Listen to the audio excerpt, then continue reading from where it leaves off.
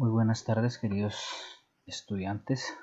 Sean bienvenidos una vez más a un seminario en este proceso de formación en su maestría en desarrollo de procesos comunicativos en educación, lectoescritura.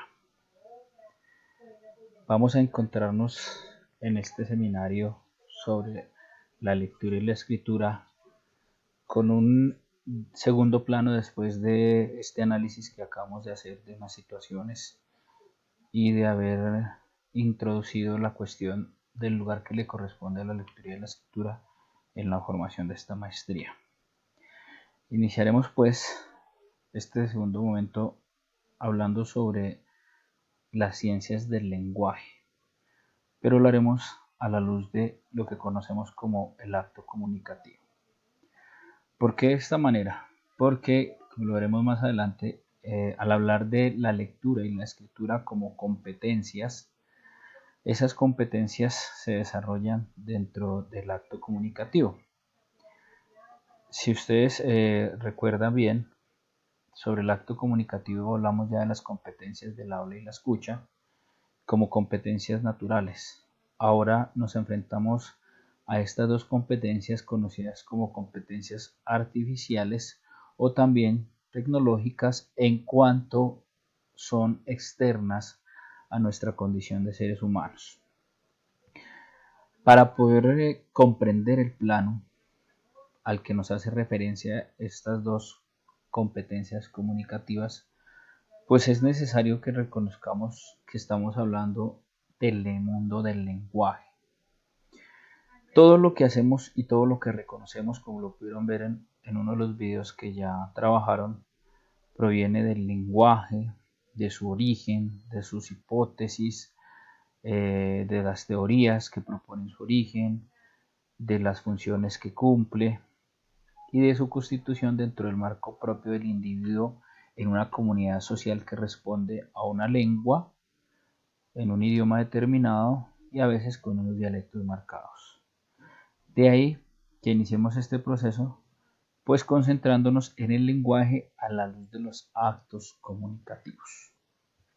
Entonces, en el marco de esta situación, nuestro seminario hicimos este pequeño análisis a estas preguntas que espero las hayan respondido de manera concienzuda antes de iniciar este video para que así podamos avanzar en nuestro proceso formativo. Se los insistiré una y otra vez. El máster es una persona que va camino a la producción personal a la luz de unas teorías que nos preceden, a la luz de un proceso histórico cognitivo en el marco del lenguaje y de lo que todos los investigadores y teóricos nos han permitido aprender, construir y proyectar. Por eso espero que estas 9 preguntas hayan sido respuestas suyas libres, teniendo en cuenta lo que ha sido su experiencia y su vida. ¿Sí? Y pues que les divierta esta caricatura que ya se está volviendo tradicional y vieja en nuestro mundo y en el contexto colombiano ante las situaciones que vimos. A mí me parece que el país marcha bien.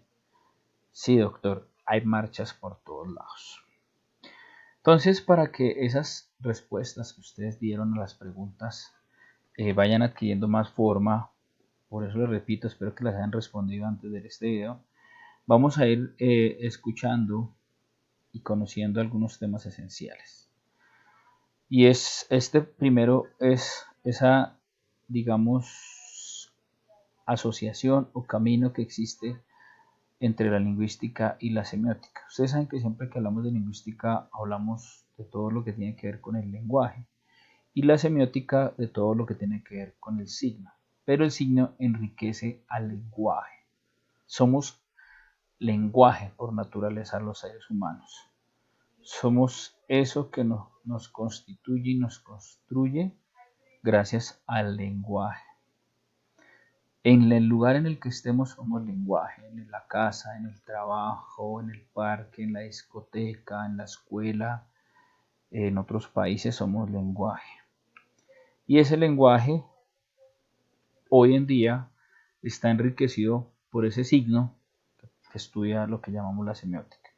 Entonces, por eso vamos a mirar estas dos definiciones, vamos a hacer una pausa al video, las vamos a leer, las vamos a analizar para luego conversar sobre ellas y vamos a darnos cuenta de que por un lado Pierre Giraud nos ofrece en su libro La semiología una definición sobre la semiología. ¿Para qué? Para acunarnos ese concepto que es el signo no lingüístico, es decir, todo lo que represente para los individuos, no necesariamente lo que conocemos como palabras. Por otro lado, vamos a encontrar a Ferdinand de Saussure. Ya saben, digamos, nuestro gran antecedente en estas discusiones sobre el lenguaje, quien propone que la lingüística pues, es la que se encarga del estudio del lenguaje, ¿sí? Y dentro de ese estudio del lenguaje pues hace una aclaración sobre qué va a entender el semiología, un poco distante a lo que propone Giraud. Ferdinand de Saussure nos habla de la semiología como ese signo en el seno de la vida social, ¿sí? Que responde a una teoría que él propone que es el signo lingüístico. Entonces, pues vamos hacia adelante, espero que lo pausen, lean, digamos, analicen, prioricen, y si hay inquietudes sobre estas dos definiciones, pues las tengamos en la clase para poderlas solucionar. En la teoría de Ferdinand de Saussure, él nos propone, digamos, 4 niveles que ustedes ya escucharon ahorita en esos videos que vieron para la clase, y es la importancia del lenguaje, la lengua, el habla y el dialecto. Y es que cuando hablamos de lenguaje para Ferdinand de Saussure estamos hablando de una facultad, ¿sí? Y por ende el lenguaje es una experiencia que hace referencia a los seres humanos. De pronto a veces en el desarrollo de, digámoslo, las propagandas, la publicidad, el mundo moderno, ¿sí? De las nuevas manifestaciones y representaciones propias de los mensajes publicitarios, usan los comerciales expresiones como el lenguaje del amor, el lenguaje de la amistad, el lenguaje del deporte, el lenguaje de las comunicaciones, que no quiere decir que esté mal usado, simplemente se usa como referente publicitario, pero que no corresponde a nuestro concepto del lenguaje como esa facultad que tenemos todos, pero que se incluye dentro de esa facultad porque estamos en la capacidad de comprenderlo. Entonces es importante que entendamos que siempre que hablamos del lenguaje nos estamos refiriendo a esa facultad que tenemos las personas de abstraer, conceptualizar y comunicar la realidad en nuestro marco social. Cada vez que nosotros hacemos eso, ¿qué es lo que hacemos en todo momento? Cuando nos da hambre, estamos sintiendo nuestro cuerpo, estamos conceptualizando y expresamos tengo hambre. Cuando queremos salir, miramos, sentimos y salimos. Cuando vamos por la calle y vemos un semáforo en rojo, abstraemos ese semáforo, lo conceptualizamos por nuestra vida social y lo comunicamos en el sentido de que nos detenemos. Bueno, aunque hay algunos que el semáforo en rojo parece que fuera que se le aplica a los demás y no a ellos.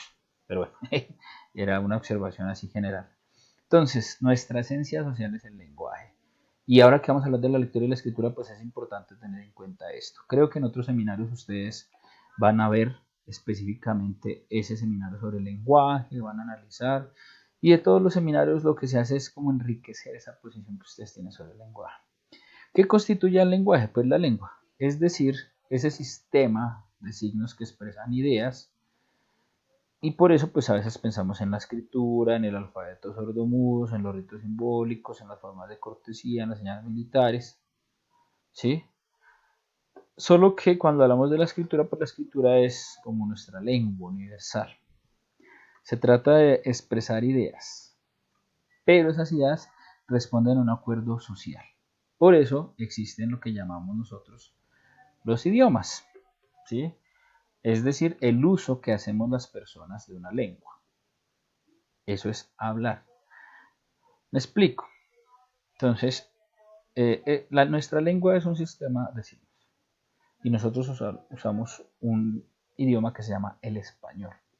En Estados Unidos el inglés, en Inglaterra el inglés, en Francia el francés, en Italia el italiano, en Portugal el portugués y así sucesivamente. ¿Por qué? Pues porque todos tenemos un sistema de signos construidos pero que responden a la lengua de cada uno. Y ese sistema de signos tiene una construcción social universal. Es decir, así en el idioma, digamos en español mesa, en inglés table, así ese sistema de signos se pronuncia distinto, sabemos que responde a lo mismo, ¿sí? A una imagen propia que cada uno tiene. Entonces, ahí entramos al siguiente plano. Bien, y es el plano de lo que se llama el signo lingüístico. ¿Sí? ¿Qué une el signo lingüístico? No una cosa y un nombre, es decir, usted ve ahí en el salón de clase, en su casa, en su escuela, en la calle, ve una mesa y entonces dice llama mesa. No hablamos de esa asociación, sino cuando hablamos del signo lingüístico nos estamos refiriendo a un concepto, es decir, a un significado que hay, y a una imagen acústica, es decir, a un significante. ¿Cuál es el significado? Como ustedes pueden ver en esta imagen, y aquí con una flechita les estoy mostrando, cuando hablamos del significado, estamos hablando de esa imagen que usted produce allá en su cabeza, es decir, un concepto. Si usted le dicen árbol, en su cabeza automáticamente se arma un árbol que no es este, ni es el que tiene su compañero, ni es el que tienen sus estudiantes, ni es el que tienen sus papás. Usted arma su significado cuando le dicen la palabra árbol, es decir, que cuando usted tiene una imagen acústica que recibe el nombre significante árbol, usted escucha árbol, ya tiene un significante, ¿sí? Es una imagen acústica. Y llega a su cerebro y esa imagen acústica produce un significado. No pensamos en el mismo árbol, pero sí pensamos en ese concepto universal que responde a árbol. Entonces, un significado lingüístico, un signo lingüístico, perdón, es el significado más el significante. El significado es el concepto, que es esa imagen que usted se arma, y el significante es esa imagen acústica, es decir, esa palabra construida, por eso está aquí entre guiones, esa palabra construida que usted reconoce en su cerebro. ¿Sí? Veámoslo de otra manera. Tenemos aquí que, pues si quieren deténganlo, leen lo que dice ahí el concepto, pero vamos a mirar las dos imágenes.